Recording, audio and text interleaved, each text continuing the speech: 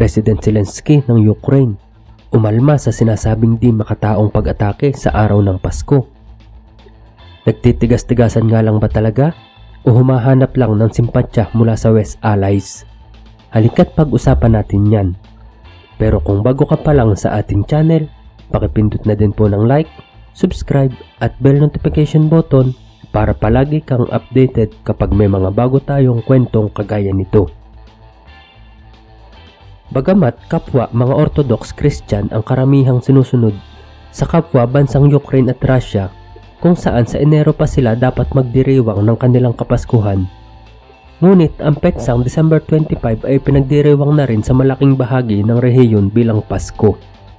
Kaya't ang timing ng malawakang pag-atake ng Russia sa Ukraine ay tila ba hindi katanggap-tanggap sa sangkatauhan. Kaya't isang matinding pagkondena para sa isang di makataong